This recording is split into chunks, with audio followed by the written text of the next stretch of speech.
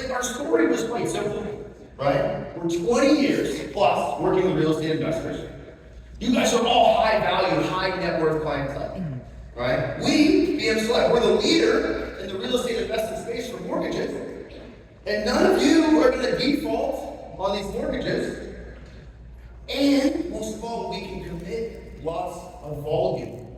Lots of volume. See, there's not a lot of brokers that are specializing in working with real estate investment. It's certainly not at the level that we have over the last 20 years. So we went and we pitched and we pitched and we pitched. Because these funds, this big money, if you bring them 16 mortgages in the year, that's nothing for them. They don't want to do it. They're not looking to make special programs for you. But if you commit to $50 million, $70 million in volume, which is what we can do, then you have something, right? We're going outside the channel. No more in the channel anymore. We go outside. We use the channel for what it's got, but we make our own channel. And so we pitched and we pitched and we pitched and we went crazy. It felt at one point I wasn't a mortgage broker anymore. I was just a salesman for investors.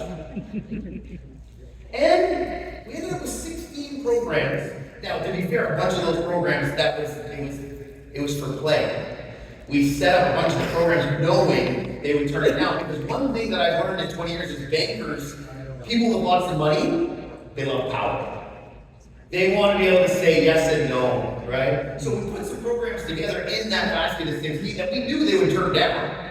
We knew it. That was kind of the low-hanging fruit. We wanted them to turn it down because we wanted some other programs that we were being quiet about. We wanted to kind of usher them in, right? You got to play with these bankers today. It's one thing I've learned. So we backed a respectable 312, much like our boy Vladdy, I think 2 years ago, not last year. I think he batted like 320. Shout out to the Jays, by the way. That was a disgusting loss last night. That was bad. But we're going to bring it home these last two games, and let's get to the World Series.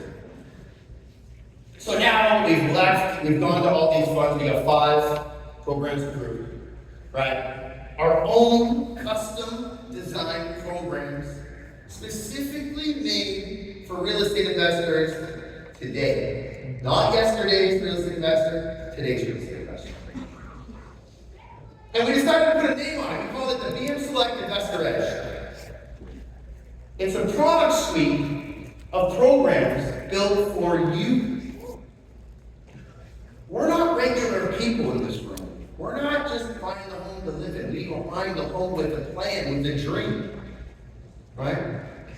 And so in this product suite, there's 3 products in particular I want to spend some time and talk to you about today. Okay? Now, can you give me a show of hands if you could get financing, full financing, to add units to your home or garden suites or vacant home, would you do it? Were you interested in that? There's a lot of it, right? But when we go to the banks with our big plans and, hey, this is what we want to do, we're going to add value to the home, we're going to make good cash flow, this is good for you, bank. They look at you like you have 3 heads, right? They say to you, here's our hoop. If you can get the ball in the hoop, you win. You can play with our money. But if you can't get the ball, so getting a gigantic beach ball for a basketball net is not so easy. So that's why our flagship program that we wanted to make an investment is called Build Up. It's simple. It's construction financing reimagined, right? It's financing to help you take properties that currently might be in the red, or maybe they're not doing so great, and turn them into cash flow monsters like the yesteryears. We wanted to make it simple too, right? All these programs these banks have, they make you put in like, 50% of your own money. They're valuing your properties based on today. So we said, no. We're going to develop a program that's simple. Submit your plans to us. Have 15% of the total construction costs available, either on a HELOC, in stocks, whatever, have it available. And we're going to finance the rest of it. And we're going to finance it on the future value, not today's value. That's not, we're not interested in doing it. I want to know what happens if I put a property on here, if I add a unit on here, and it's worth it. Will you finance me for that amount? And most of all, it's got to be a big bank leg raise. Can't be punitive because then it's not interesting to us. And so we got the green light to do this 10 months ago, and we were running a pilot project ever since. We were given the ability to do that, and we found some investors that really needed this. One of them, a rock star investor that had a renewal coming up, and their rate was going to double. Their mortgage payment was going to go up to the point where they went from making a little bit of cash flow minus $700 a month. And so we devised a plan because that's not sustainable. It's either sell it or eat it. And we decided neither. We're going to use build-up. We fully financed a $300,000 basement suite addition. This property in particular had a very big footprint. So the basement suite you could make very large.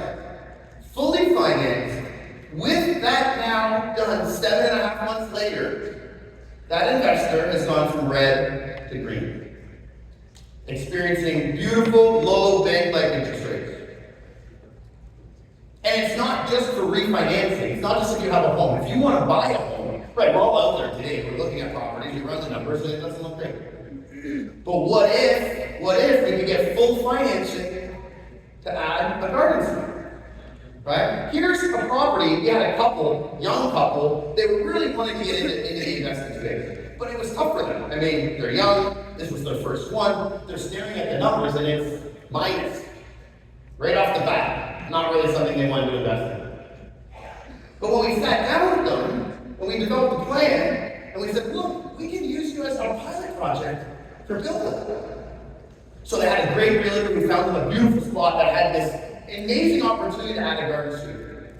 And we went through the plans, and we found them $250,000 to add a garden suite. And 8 months later, that client is now not experiencing red, they're experiencing green. Yes, we had to get our hands dirty, and that was one of the things we had to express to them. Look, if you want to invest in real estate now, it's not like the old days. You can't just buy it, throw a tenant in there, walk away, and become rich. That's not today's market. You can try it, but it won't work.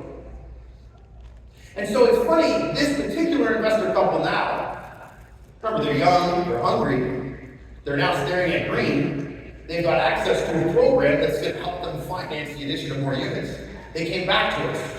They want to see if they can take the main unit. So remember, we added a garden suite, right? But the main house has some good bones. So they want to talk about adding a third unit potentially.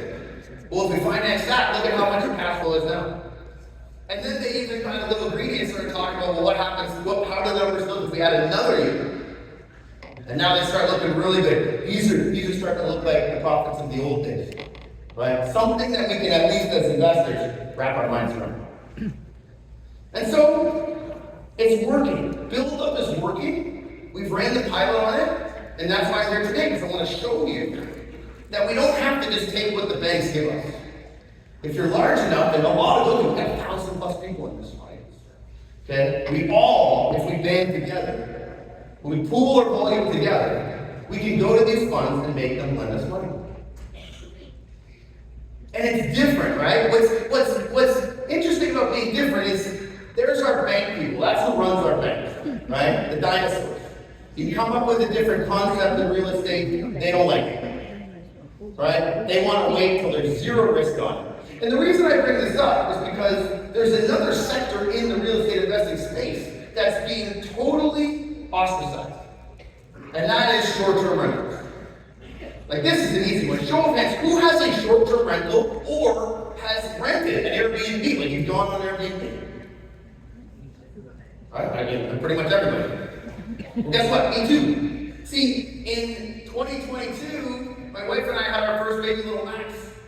And why I bring this up is because we have a cottage that we used to go to all the time. We'd have the rock star guys from there. We used to use it way more than most we use our cottage.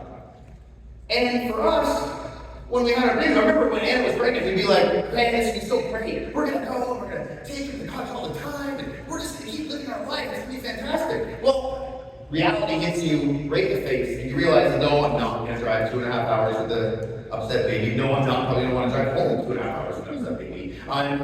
The place isn't baby proofed. It's not like we're gonna be able to go on the boat. I mean, it's just a baby. So I decided, let's throw it on Airbnb. What's the worst that can happen? And I was staggered, absolutely staggered. by the demand. By the demand these platforms bring to us. Right? I never thought in a million years you'd rent out a cottage for a bunch of the weekends in April and May and October and November. But these platforms do that. And this became a huge success for us. Massive success. And I'm sure just like most of you that do short-term rentals, it's successful. It's money that you wouldn't be getting. But when we go to our bank and we say, hey, I've got this great opportunity, I've got this short-term rental, it's doing great, I want to buy more, they go, decline, no way, because we don't lend on short-term rentals. Mm-hmm. And then worst of all, the ones that don't say that they don't lend on short-term rentals, they just go, well, we don't need short-term rental income. Oh, okay, so you want me to buy the place, but you're not going to use the rental income, so now I can't qualify. Thank you very much. So that was why it was easy to make StayFlex. StayFlex is basically as easy as that. It's Airbnb financing, right? At big bank rates, right? We wanted to make it simple. Now, when we were pitching all these different funds, we wanted 80%, obviously. But we had to have a little wiggle room, right? This was a negotiation. I'm not working in the broker channel anymore with these guys. So we have a program now where we will get you, BM Select will get you 75% loan to value on your short-term rental, whether you're to refinance or purchase, but appraised as a short-term rental, right? Using what it will generate as income to help get that value up. And no more hiding the fact that it's a short-term rental. Like, I've had clients tell me, you've told me, when I go to my bank and I tell them it's a short-term rental, the guy at the bank even says, don't tell me it's a short-term rental. Yeah. It says, do you have a lease? So true. Well, I don't have a lease, it's short-term rental. So no more hiding. We're just going to say it's short-term rental. Okay? No fees, none of that stuff. Big bank like rates. Right? And it works. We had an older couple, investor couple of ours, that was looking into getting into the cottage market. Okay? They had approached their bank said no. We had spoke to them, and it was great timing because when we got the ability to greenlight this pilot program, we went back to them. And they're now cottage owners. They bought a $925,000 cottage. They've estimated as long as they rent it out for around 110, 105, 110 days, that they can generate $95,000 in gross rental income. Okay? Got their mortgage, 75% loan to value, a beautiful prime minus 65 interest rate. And by the way, if prime goes down again later this month, they're now going to be sitting at 3.8. 30-year amortization just right at the banks. Right? So let's see how the numbers look, right? Well, we're putting in $231,000 plus closing costs. Right? We got the revenue. Well, let's look at the cost. Let's do the real cost. And I'm in the Airbnb business now, so I can tell you, we got some cottage cleaning, we got maintenance and repairs. There's the mortgage payments, there's the taxes, and there's the home insurance. Home insurance is a little bit more for short-term rental. It's $21,000 annual surplus. That's over $2,000 a month in cash flow. And they're going to stay at the cottage for 2 weeks in the summer and use it a couple weekends. This has turned into a dream for them. There is. Extremely. Right? Extremely, because now with these programs, you can think about now building an empire again. Right? We can think about having cash flow. We can build some money. Right? But we all know the deal, right? What do the banks do when you start accumulating properties? I'm in bank jail now. See that? I have 5 properties and I'm in bank jail. They don't, and they'll let me out sometimes to go get my 6, but then they put me back in. Right? I'm back in bank jail. So the next program was simple, scale rate. Let's let you scale your property. Let's break out of bank jail and let's scale the property. Let's scale your portfolio again. Alright? Now I couldn't get unlimited. I tried to get you unlimited. I could not get you unlimited. But in our negotiation, we have found cheap money that's going to let you go for 40 units. Okay? At big bank-like interest rates. No B lenders, no private lenders, no lender fees. Because everybody knows who's gotten to that point where the banks start declining you. The only next step is to be lenders, is the punitive interest rates. Why? What did we do wrong? We were buying properties. We're making them money. So that's what StayFlex is. So now you can plan again. Now you can build a roadmap again as an investor, right? With certain programs that are going to help you, not other people, you, get back in the game. You know, and the one thing I will relate back to is I think what's interesting is what we've gone through in the real estate industry in the last couple years is very similar to what happened in the gold rush. See, in the gold rush, back in the day, if you had a pan and you could make it to the creek bed, everybody could mine gold. You literally just woke up, you had the pan, you got the creek bed, I'm gold miner now. I'm gold miner. That's kind of what it was like, right, in 2020, 2021. Anyone that you get approved for a low rate and buy a home, they were an investor now. All of your neighbors were investors coming to you, asking you for advice, and they knew you were one. Right? But then now, years later, it's just us. It's just us. There's not all those people there. It's just us. But guess what? When we try to pay in the gold now, right? We try to play around in the real estate industry now. It's not as easy. We use the old tactics of paying, and we're not finding a lot. Right? And that's why we need to be innovative. As real estate investors, we need to find different ways to pull the gold out of the ground. Because what did the gold miners do? The gold miners figured it out. There's still gold in the ground. There's still gold in the ground. We just have to do it differently. Right? We gotta build, we gotta innovate. We gotta get the right equipment.